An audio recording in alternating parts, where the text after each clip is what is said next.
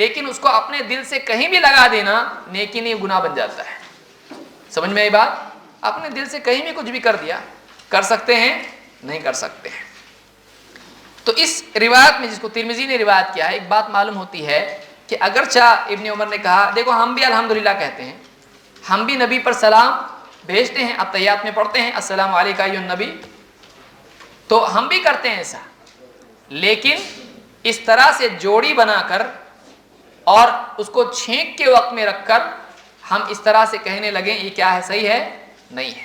جیسے مثلا کوئی بھی آدمی گھر میں داخل ہوتے وقت میں کیا کرے، آیت الکرسی پڑھے، سورہ فاتحہ پڑھے اور درود پڑھے اور داخل ہو، پھر باہر آتے وقت میں آیت الکرسی پڑھے، درود پڑھے، سورہ فاتحہ پڑھے اور بھی کچھ پڑھے اور باہر آئے، کیا یہ عمل اس کا صحیح ہوگا؟ لوگ دیکھیں کیا کر رہا ہے یہ، اس طرح کا عمل ثابت ہے؟ نہیں ہے، اس طرح کا عمل ثابت نہیں. مثال کے طور پر امام صاحب مسجد میں آئیں، 5 وقت کی نمازیں ہیں، جب بھی نماز کے لیے آئیں مسجد کے اندر سیدھا ممبر پر کھڑے ہو جائیں، سب کو دیکھیں اور اس کے بعد اتر کے نماز کے لیے جائیں، چلے گا؟ یہ بدعت ہے. اللہ کے نبی صلی اللہ علیہ وسلم ایسا کرتے تھے؟ نہیں کرتے تھے. اپنی طرف سے کوئی عمل ہم کر سکتے ہیں؟ نہیں کر سکتے ہیں. تو اگرچہ حمد اچھی چیز ہے اور سلام نبی پر اچھی چیز ہے، لیکن یہ وقت غلط ہے، اپنے دل سے اس وقت پر کوئی عمل کرنا بدعت اور منع ہے. صحابی نے نہیں کہا کتنا اچھا انسان ہے نبی پر سلام کہتا ہے، اور اس شخص نے نہیں کہا کہ سلام کے دشمن ہیں آپ، بلکہ دین جاننے والے لوگ تھے، غلط کو غلط اور صحیح کو صحیح بولنے والے تھے.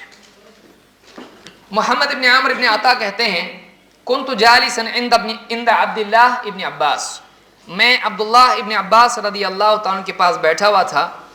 فدخل علیہ رجل من اہل الیمن، تو یمن والوں میں سے، اہل یمن میں سے ایک آدمی ان کے پاس داخل ہوا، آیا. فقال السلام علیکم ورحمۃ اللہ وبرکاتہ، اس نے کیا کہا؟ السلام علیکم ورحمۃ اللہ وبرکاتہ. ثم زاد شیئا مع ذلك ایضا، لیکن برکاتہ پہ رکا نہیں، بلکہ اور بھی اس نے زیادہ اس پہ کہا، مغفرتہ عافیتہ، اس طرح سے جو بھی ہے، یعنی اپنی طرف سے اس نے سلام میں برکتہ کے بعد میں اور اضافہ کر دیا. قال ابن عباس وهو يومئذ قد ذهب بصره، ابن عباس ان دنوں کی بات ہے جب وہ نابینا ہو چکے تھے. انہوں نے کہا من هذا، کون ہے یہ؟ کیونکہ نابینا تھے، دکھائی نہیں دیتا تھا کون بول رہا ہے یہ، اتنی لمبی دعا کس نے دیا ہے؟ انہوں نے کہا یہ کون ہے؟ قالوا هذا اليماني الذي يغشاك، یہ یمانی ہے جو آپ کے پاس آیا ہے. فعرفوه اياه، اس کا تعارف انہوں نے کرایا کہ یہ فلاں ہے، فلاں ابن فلاں ہے. فقال ابن عباس، ابن عباس رضی اللہ تعالیٰ نے اس سے کہا ان السلام انتہا الی البرکہ، سلام برکت پر ختم ہو جاتا ہے. سلام کہاں ختم ہونا چاہیے؟ برکت پر. السلام علیکم ورحمۃ اللہ وبرکاتہ، اس پہ ختم ہو جانا چاہیے. پھر وہ مغفرتہ عافیتہ رضاہ جنتہ، اب جس کے دل میں جتنے اس کو ہو والے الفاظ یاد ہوں وہاں جوڑتا چلا جائے اور بولے میں نے کچھ برا تو نہیں کہا، سب اچھا اچھا ہی بولا نا، چلے گا؟ نہیں چلے گا. تو ابن عباس نے اس کو روکا. کیا اس نے بددعا دی تھی؟ کیا اس نے بددعا دی تھی؟ بری دعا کی تھی؟ کیا اس نے کچھ غلط بات زبان سے نکالی تھی جو جس کے معنی برے ہوتے ہیں؟ نہیں، اچھے معنی والی بات کہی تھی. لیکن اچھے معنی والی بات بھی اضافہ جب بنتی ہے تو ممنوع بن جاتی ہے. سمجھ میں آئی بات؟ جس کا میننگ اچھا ہے لیکن ثابت نہیں ہے تو ایسی چیز بھی کیا ہو جاتی ہے؟ منع ہو جاتی ہے. بہت سارے لوگ کیا کرتے ہیں؟ خدا حافظ. خدا حافظ کہاں سے لائے آپ؟ کچھ لوگ اس کے دشمن بن گئے، کہا خدا حافظ نہیں، اللہ حافظ اچھا ہے. تو ایک چیز کو نکال کے دوسری چیز اس کی طرف. السلام علیکم کافی نہیں تھا، اللہ حافظ سلام کی بدل کے طور پر سلام کی جگہ استعمال کر سکتے ہیں؟ نہیں. اور سلام میں لازمی جز بنا کے کر سکتے ہیں اور مسلسل برابر پابندی سے کر سکتے ہیں، یہ بدعت ہے، اس سے بچنا چاہیے. تو اس طرح کی جتنی چیزیں ہیں اپنی طرف سے اضافہ صحابی نے ثابت شدہ پر اور اچھے معنی والا لفظ بھی زیادہ کرنا جائز رکھا. انہوں نے کہا ان السلام انتہا الی البرکہ، سلام برکت پر ختم ہو جاتا ہے، اتنا ہی سلام کرنا ہے، زیادہ نہیں کرنا ہے. تو زیادتی اچھی ہوتی ہے یا بری؟ اگر ثابت نہیں ہے تو